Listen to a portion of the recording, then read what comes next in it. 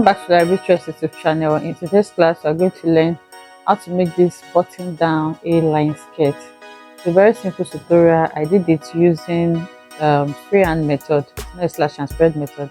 I'm going to take you through how I was able to cut and sew this. It does not have any side seam. It's really easy to make. You can also style it to the side like this because there's no side seam there. It's a very simple tutorial. If this is what you would like to learn, kindly stay tuned to the end of this tutorial. Thank you.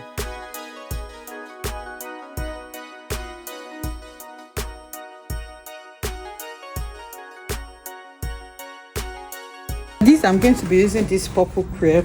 It's not up to 2 yards, but it's a little over 1.5 yards.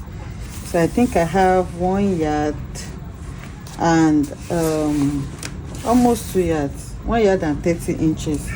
So that is what I have on my crepe. It's a very simple A-line skirt. There are several ways you can cut it, but I'm going to be using the 90-degree flare method. Okay, so what we're going to be doing is to cut a 90-degree flare, and for this what you need is your waist circumference measurement.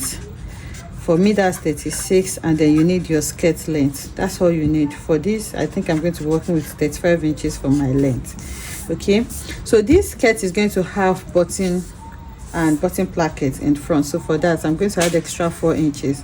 So that's 2 for each side. So that will leave my waist at 40 inches. Okay, so the new waist I'm going to cut out is 40 inches. If you're not going to use up to this, you can add 3 inches or even 2 inches.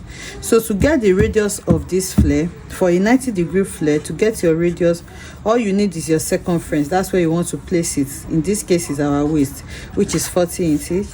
You're going to divide that by 1.571. This is a constant. I have a tutorial on how I arrive at this constant. So if you want to watch it, you can just go through the channel. You see a tutorial on how to cut different types of flare. So if you divide this, you're going to have about 25.5 inches. So this is going to be the radius of this flare you want to cut out. Okay, so to cut it out, what you just need to do for your 90-degree flare is to fold your fabric in form of a triangle just once. Remember, the fabric is like this now. So what I'm going to do now is to put it on fold, like I want to fold a triangle. Okay, let me use this as, so let's say this is my fabric. So all I need to do is just to fold it in form of a triangle like this. Okay, so once you fold it like this, the next thing is to mark your radius, and then you mark the length of your skirt, and that is all. So now I'll fold it. The fabric is a bit shaky, so I'm going to be holding it with pins before I measure. Okay, so I have folded it, and this is what we'll have. So what we're going to do now is to mark the radius. The radius is 25.5 inches. So I'm going to go ahead and mark that here. So you're going to mark it all round, just like you will do for your normal flare. And then when you are done marking this, you go ahead and mark your length. The length is 35. So if you want to mark it together, you can just add the radius and the length together, so that you can start marking it from the apex, which is here. I hope you understand that. And if you don't want to do that, all you just need to do is to mark your radius first, and then from your radius you start marking your length.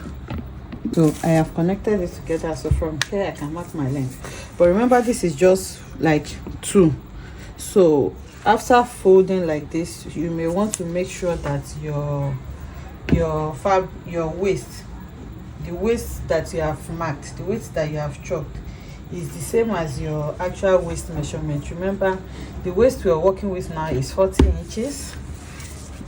So divided by 2, because this fabric is into 2, that should be 20. So I just want to check to see that I have up to that 20. So you can see I have exactly 20 inches here, so I'm good to go. So the next thing now is to go ahead now and mark my length, which is 35 inches. So from here I'll mark 35 all around. So I have gone ahead to mark the length as well. So what you just need to do now is to cut it out. So I'm going to cut it on the area that I marked for the length. You can see I'm just adding a little bit of folding allowance there.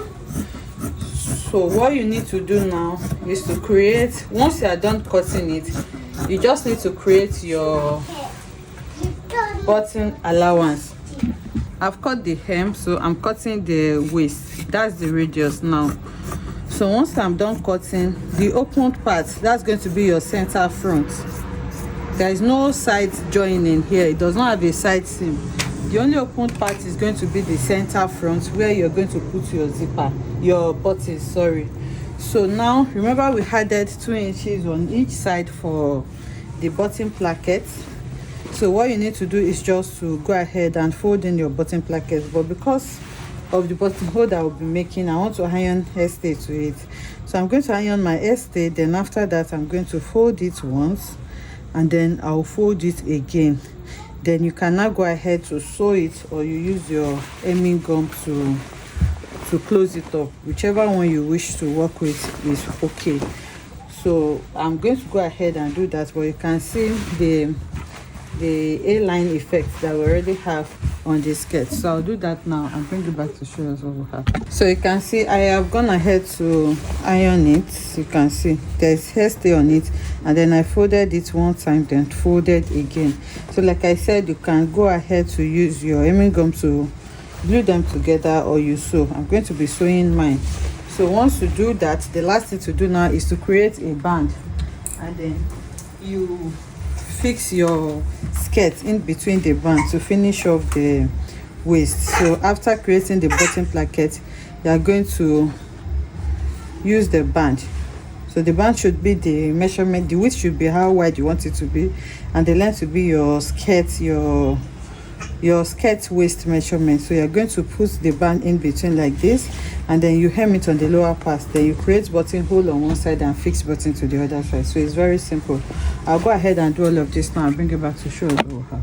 So once you fix your buttonhole and you make your buttons, this is what you're going to have. You can open it to whatever slit length that you want, and you can see how beautiful it is looking and how easy it is to make this beautiful skirt. I hope you enjoyed making this beautiful tutorial with me. If you enjoyed it, let us know in the comment section.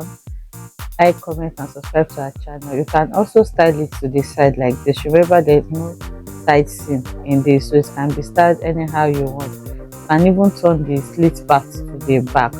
Also, if you would like to add pocket to this, then it means you have to open it by the side. I hope you enjoy making this with me, and I'll see you in the next one. Bye.